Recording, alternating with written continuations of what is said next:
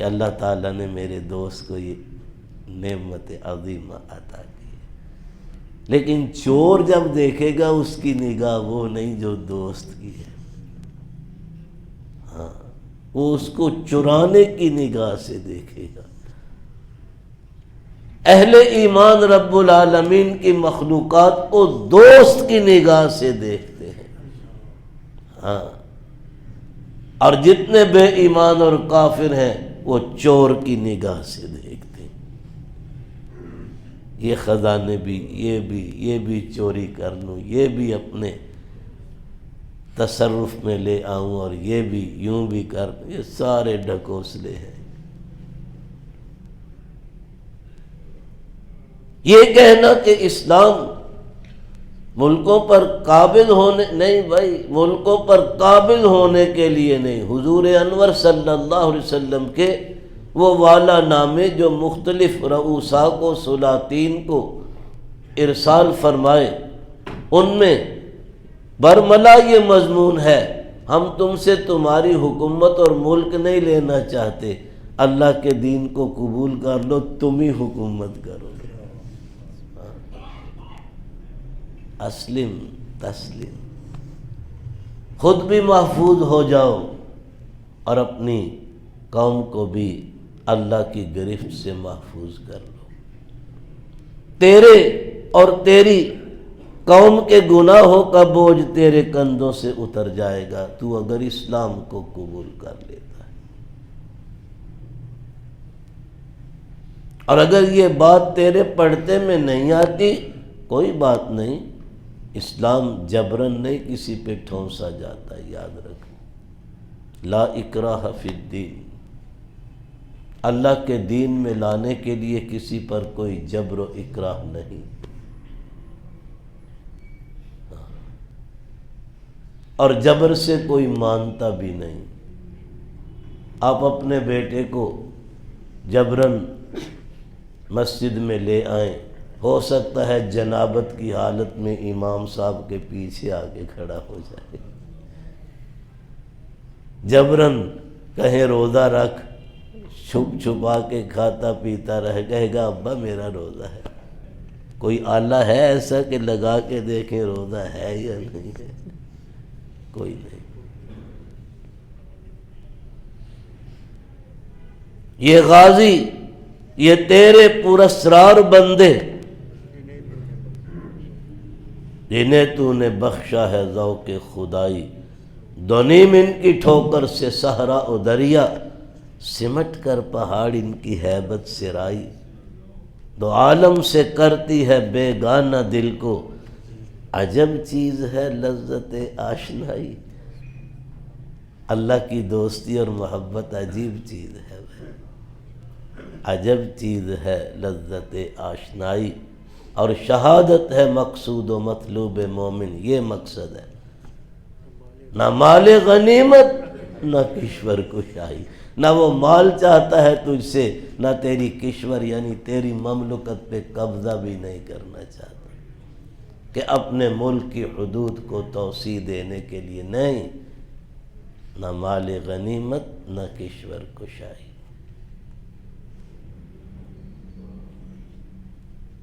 یہ دو اہم ترین مقاصد اعلاء کلمت اللہ. اگر کسی نے اسلام کو قبول کر لیا، اس کا ملک ہے، وہ ملک پہ حکومت کرے. اسلام جبر اور زوردستی نہیں کرتا.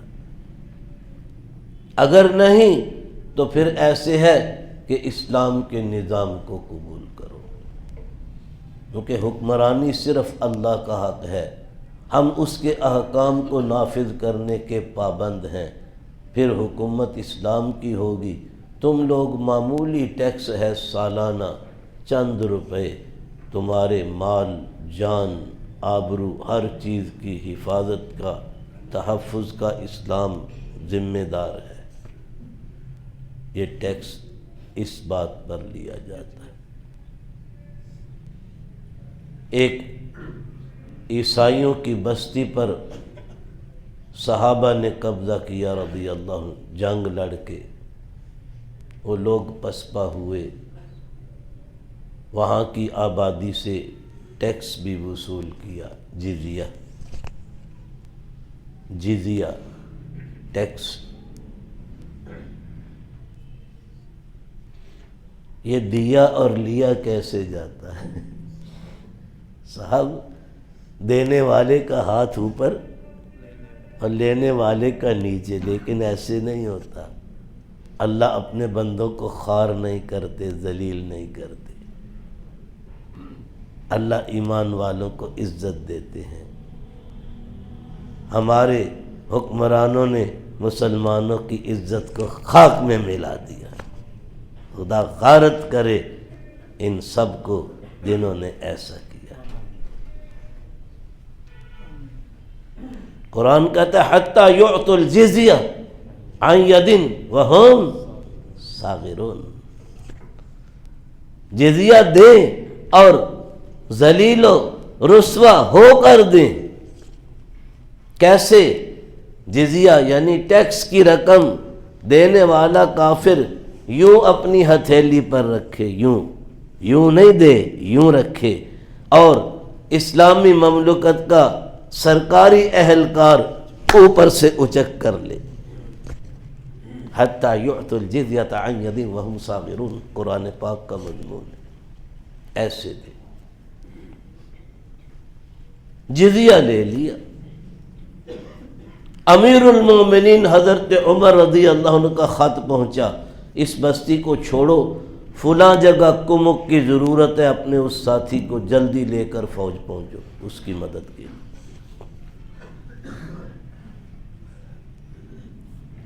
انہوں نے بلایا ان کے پادریوں کو، دوسرے لوگوں کو، بھائی ہم جا رہے ہیں چھوڑ کر آپ کی بستی، یہ آپ سے ٹیکس لیا تھا آپ کے مال جان آبرو وغیرہ کی حفاظت کے لیے، ہم تو جا رہے ہیں، ہم چونکہ یہ کام نہیں کرتے، اب ہم نکل رہے ہیں، پیسے اپنے واپس لو۔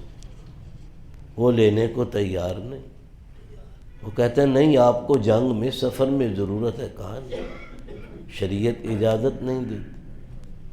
جن مقاصد کے لیے ٹیکس لیا ہم وہ مقصد پورا نہیں کر سکتے، پیسے واپس۔ ان کو پیسے واپس کیے، وہ لینے کو تیار نہیں۔ کسی کی مفتوحہ بستی کو جب کوئی چھوڑ کے چلا جاتا ہے واپس، تو وہاں کے باسی کتنے خوش ہوتے ہیں کہ ہماری بستی چھن گئی تھی، ہمیں بغیر جنگ کے واپس مل گئی۔ وہ خوش نہیں ہوئے، وہ عیسائی اور ان کے پادری سارے رو رہے ہیں، اور ان کے پادری دعا کر رہے، اے اللہ اتنے نیک سیرت لوگوں کو پھر ہم پر لانا۔ کیا بتلایا تھا انہوں نے؟ اپنے اخلاق سکھائے تھے، یہ بتلائے تھے۔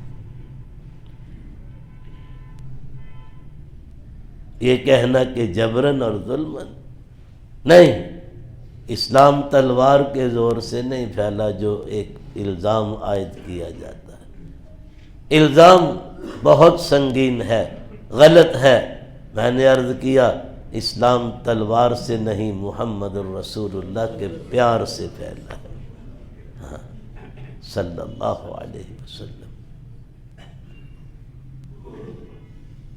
تلوار کے زور سے جہاں جہاں کوئی سسٹم آیا ہے اس سسٹم کو ذرا تھوڑا ایک نظر دیکھ لو۔ اسکندر مقدونیہ کتنے کر و فر سے آیا اور طاقت کے بلبوتے پر آیا۔ جب یہ طاقت کا نشہ اتر گیا تو اس کی قوم میں اتنا رسوا ہوا کہ اس کا نام ایک گالی بن گیا۔ اٹلی کا مسولینی کتنے کر و فر سے وہ بھی آیا اور استبداد کے پنجے گاڑے اور جو چاہا سو کیا۔ آج تک اٹلی میں کوئی شخص اپنے بیٹے کا نام مسولینی رکھنے کو تیار نہیں کہ وہ گالی سمجھتے۔ یہ باطل نظام ہائے زندگانی ہے اور باطل نظام ہائے حکومت ہے۔ ہمارے لوگ اندھا دھند پاگلوں کی طرح جن کی پیروی کرتے ہیں، ان کی حقیقت تو دیکھو، اندھے ہو گیا، دکھائی نہیں دیتا ان کا، ذرا ہسٹری پڑھ کے سارا چہرہ تو دیکھ لو۔ اندھے ہو کر مغرب کی تقلید میں، کیونکہ انہوں نے مغرب کو سمجھا نہیں۔ جس نے سمجھا ہے اسے پوچھو، علامہ اقبال سے پوچھو، جس نے مغرب کے اندر رہ کر مغرب کو سمجھا، تم کیا سمجھو گے؟ دیکھنے اور سمجھنے کے لیے آنکھوں کی بصارت اور دل کی بصیرت کی ضرورت ہے،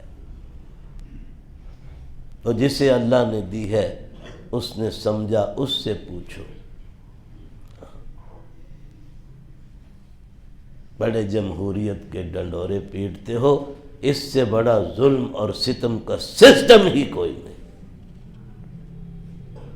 یہ غریب کا گلا گھونٹتا، غریب کا خون نچوڑتا ہے۔ جمہوریت میں صرف حکمران کو فائدہ ہوتا ہے، بس صرف حکمرانوں کو فائدہ ہوتا ہے، نہیں تو اپنا حال دیکھ لو آج۔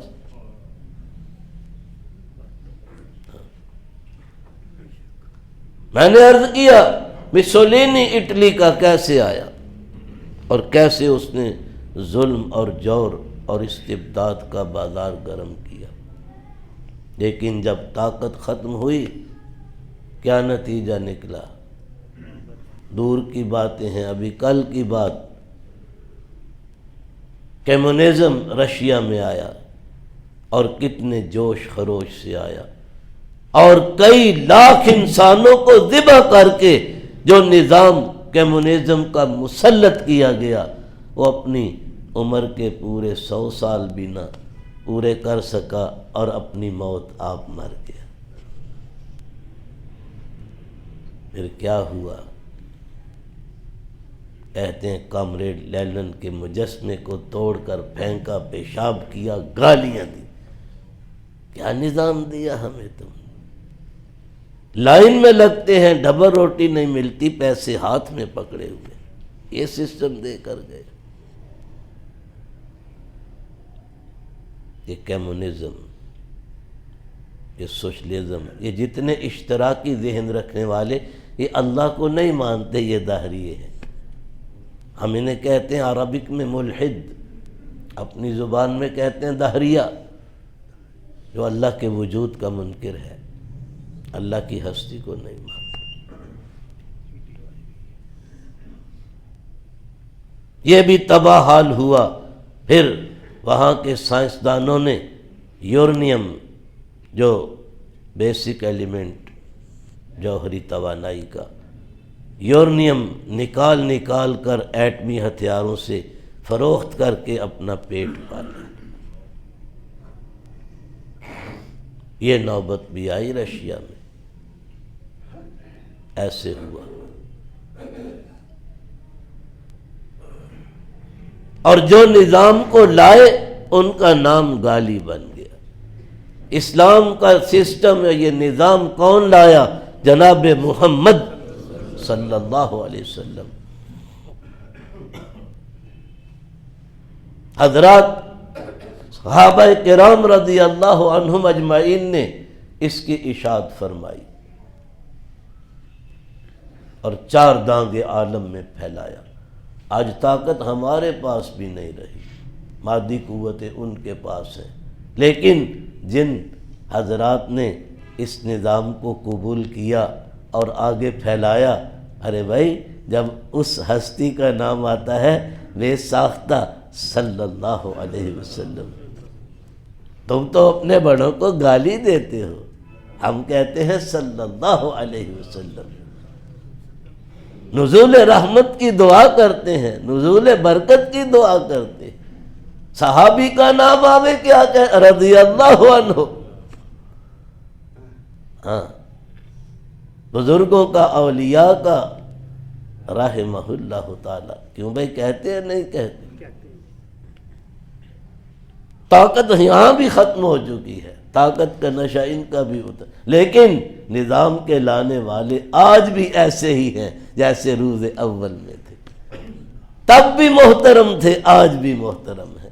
اس نظام کو چار دانگ عالم میں پھیلانے اور شائع کرنے والے آج بھی امت میں الحمدللہ علی ذالک کے محترم ہیں۔ اتنا فرق ہے باطل نظاموں میں اور حق کے نظام میں۔ ٹائم بھی ہو چکا، آخر